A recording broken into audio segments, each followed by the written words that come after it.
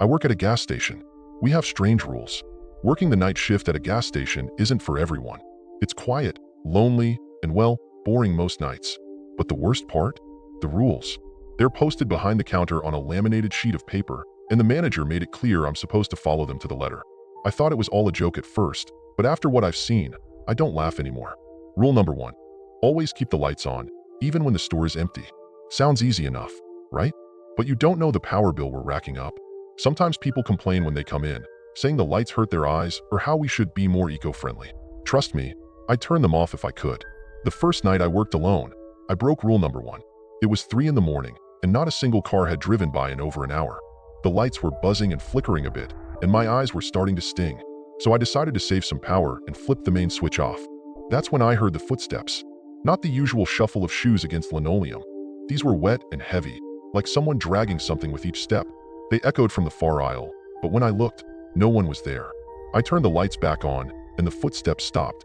I still hear them in my head, though, every single night. Rule number 2. If a customer comes in and asks for the route, send them to the old gas station down the road. Most people just want to fill up and grab a snack, but every now and then, someone comes in asking for the route. The first time I heard it, I assumed they meant a road or highway, so I started to explain the local roads. The customer interrupted, staring at me like I was speaking a foreign language. "No," he said, his voice as low as a growl. "The route." When I gave him a blank look, his face twisted into something that wasn't quite human.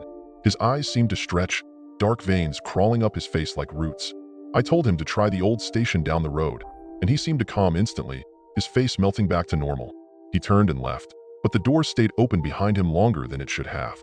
Rule number 3. Never, under any circumstances, take the trash out between 3:33 and 3:34 a.m. Yes, that's specific. The shift leader warned me on my first night that if I had trash to take out, I should wait until after 3:34, no matter what. Something about the time always stuck with me, though. I started counting down to it every night, nervous even when I was inside. I had never actually seen anything happen, so one night, I decided to break the rule. I checked my watch as it ticked to 3:33, grabbed the trash bags, and headed out back. The dumpster was barely visible under the one flickering light out there, and the silence was thick, like a weight pressing down on me. Just as I lifted the lid, I heard a low hissing sound.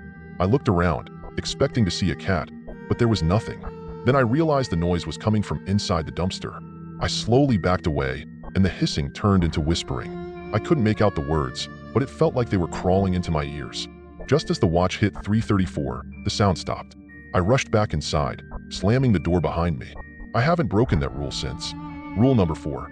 If you hear a child laughing in the store after midnight, lock yourself in the supply closet until it stops. I thought this one was the most absurd until the night it happened.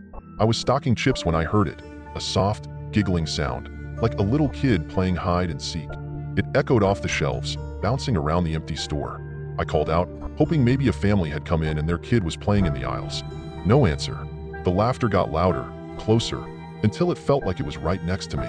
I dropped the chips and sprinted to the supply closet, slamming the door and locking it. My breath was ragged, my hands shaking. The laughter went on for what felt like hours, rising and falling, sometimes directly outside the closet, sometimes far away. Then it stopped. I opened the door slowly, peeking out to see an empty store. No one had come in, but on the counter was a small, child-sized handprint smudged in red. Rule number 5. If you see someone who looks like you in the security monitor, do not go into the store area until the screen is clear. I figured this one was more of a prank than a rule. My manager loved to mess with new hires, so I shrugged it off, thinking I'd be fine. Then, last week, it happened. It was around 2 a.m., and I glanced up at the monitor out of habit. I froze.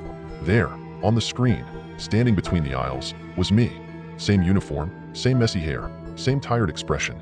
Only, it wasn't quite right. My other self's face was twisted, the eyes hollow and dark, mouth slightly open in a silent scream. I stayed in the back room, my eyes glued to the monitor, watching as I wandered around the aisles, running a hand along the shelves. After what felt like an eternity, the figure disappeared, fading back into the shadows. I didn't go back out until morning. People always ask me why I don't just quit.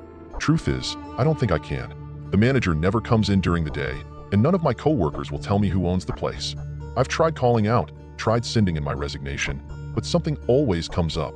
I'll lose my voice, or I'll write my resignation and find it still sitting on the counter the next day, untouched. The rules are still there, behind the counter, watching me. And I know one thing for certain now. Breaking them has consequences. So if you ever find yourself at my gas station, please don't ask about the route. And don't let the lights go out.